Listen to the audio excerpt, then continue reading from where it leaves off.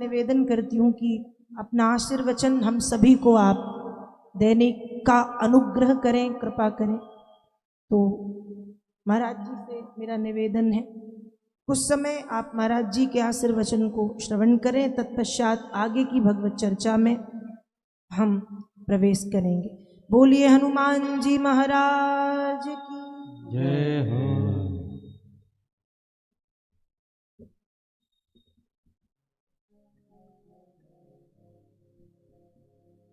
जय जय सिया राम, जय सिया राम, श्री राम।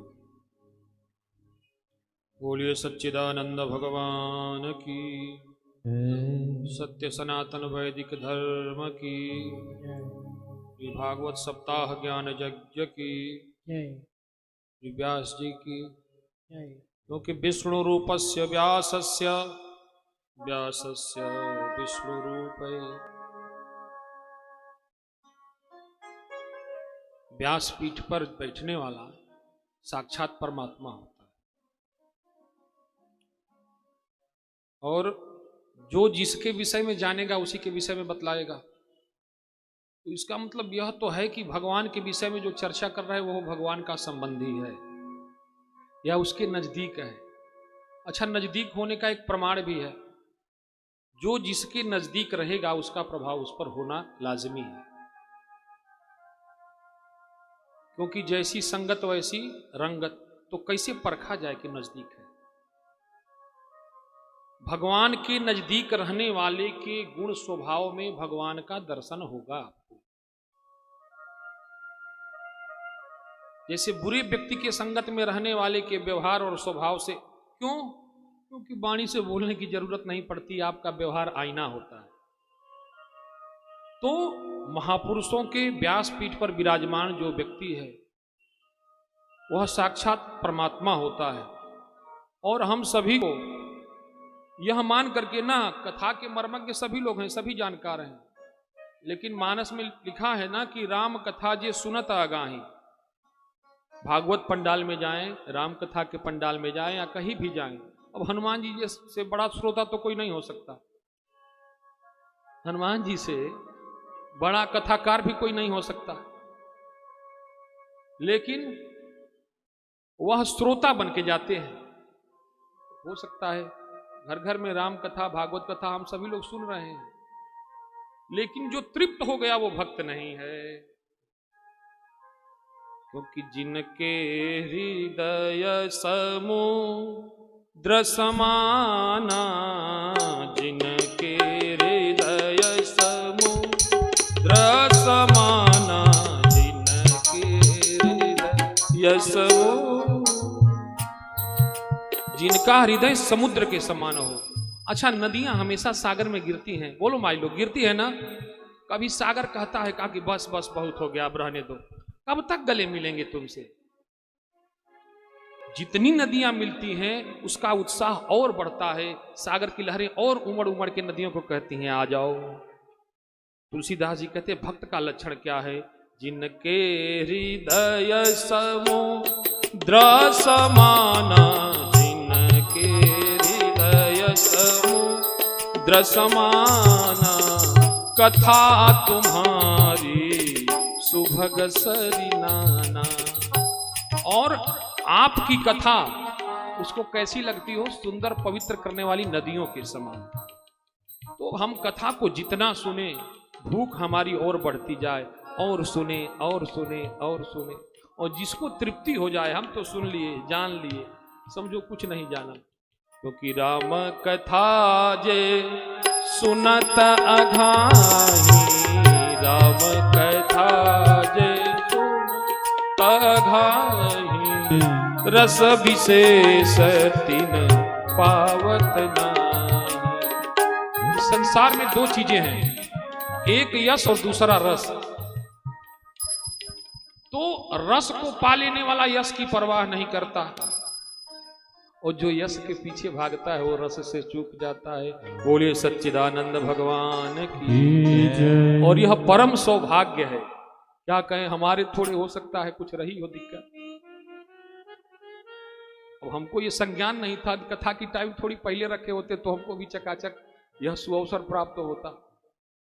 क्योंकि श्रोता बक्ता ज्ञान निधि, कथा राम, सुनने वाला भी रसिक हो, कथा कहना नहीं पड़ता है। श्रोता हो ना रसिक तो कथा बहती है।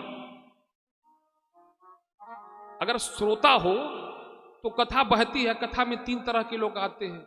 कुछ लोग घर से जान बचा के आते हैं, घर पे रहेंगे तो पत्नी, बच्चों, माँ बाप का कुछ ना कुछ करना पड़ेगा, तो वो आते हैं सोने कथा में, चलो वहां कोई तंग नहीं करेगा, सोता। दूसरे श्रोता हैं सरौता।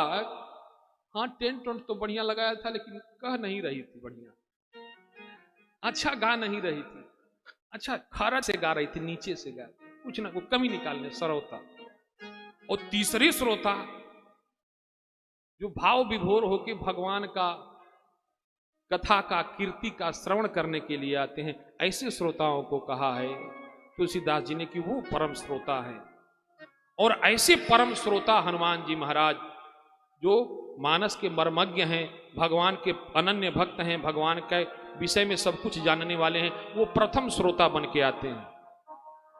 तो यहां तो व्यास आसन पर जब ठाकुर जी आके विराजमान हो जाएं, तब हम लोग कहते हैं अब सुना रहा है, चलो आधा घंटा बीत जाए तब चलेंगे। अभी भक्ति का लक्षण है। सोचिए, बड़ा अधिकारी आना होता है तो छोटे कर्मचारी पहले जाते हैं कि नहीं बाबा बताओ। प्रधानमंत्री का दौरा हो तो क्षेत्रीय कलेक्टर, उस क्षेत्र के बड़े प्रतिनिधि पहले पहुंच जाते हैं भगवान की सेवा सत्कार करने, अधिकारी की सेवा सत्कार, व्यवस्था में कोई चूक ना हो। अब यहाँ भागवत भगवान स्वयं नारायणे पधार रहे हैं, तो हम आप लोगों से यही विनती करेंगे, कथा के पंडाल में कथा चालू होने से पहले आए और कथा के श्रवण करने के लिए जब निकलें तो भगवत नाम संकीर्तन करते हुए, नहीं कि कितनी रोटी बनाए, अच्छा चलो चल के सब्जी बनाए, वो तो बनेगी, जिंदगी इसी के लिए है। लेकिन जितने दिन कथा श्रवण कर रहे हैं, श्वास श्वास पर हरि जपो, वृथा श्वास जन खोए, ना जाने इस श्वास की आवनी होय। श्वास श्वास पे जपिए, रोटी बनाइए, भगवान का नाम संकीर्तन करते हुए। भागवत सुनना तभी सार्थक होगा जब 7 दिन भागवतमय हो जाएं आप।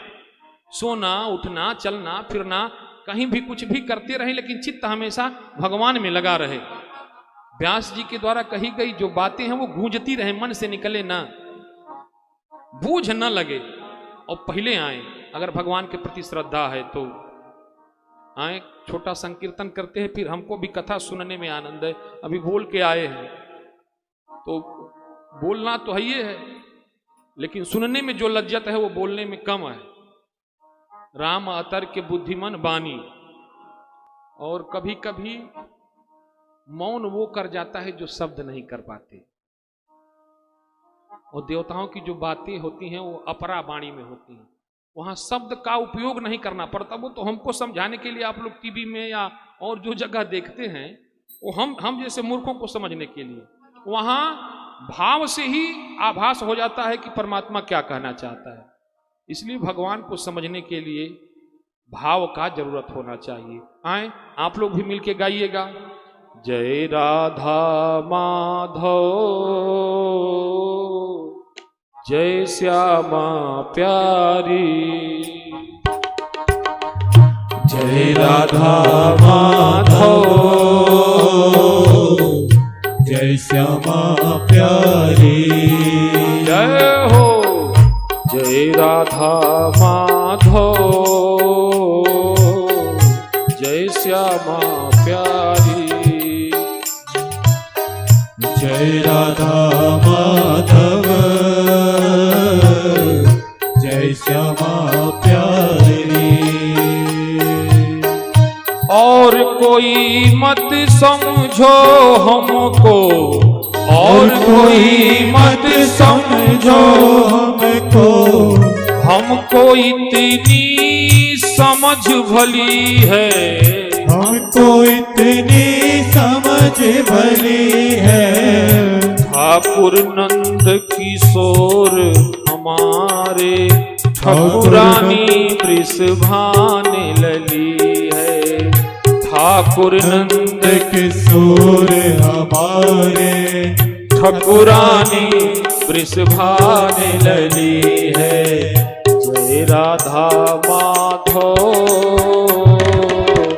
जय श्यामा प्यारी,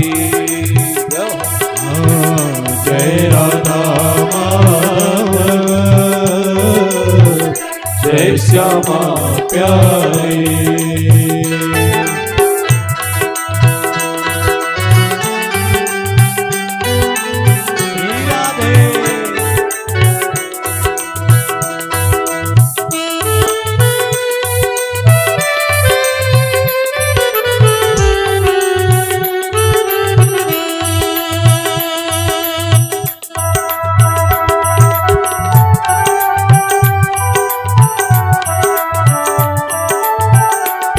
बोलिए सच्चिदानंद भगवान की जय। श्रीमद् भागवत ज्ञान यज्ञ की जय। आए। बस इन्हीं बातों के साथ हमने अपनी वाणी को विराम देते हैं और पुनः व्यास जी के लिए हम मंच जो है मंचासीन उनको करते हैं। आप कहें आनंद लिया जाए कथा का।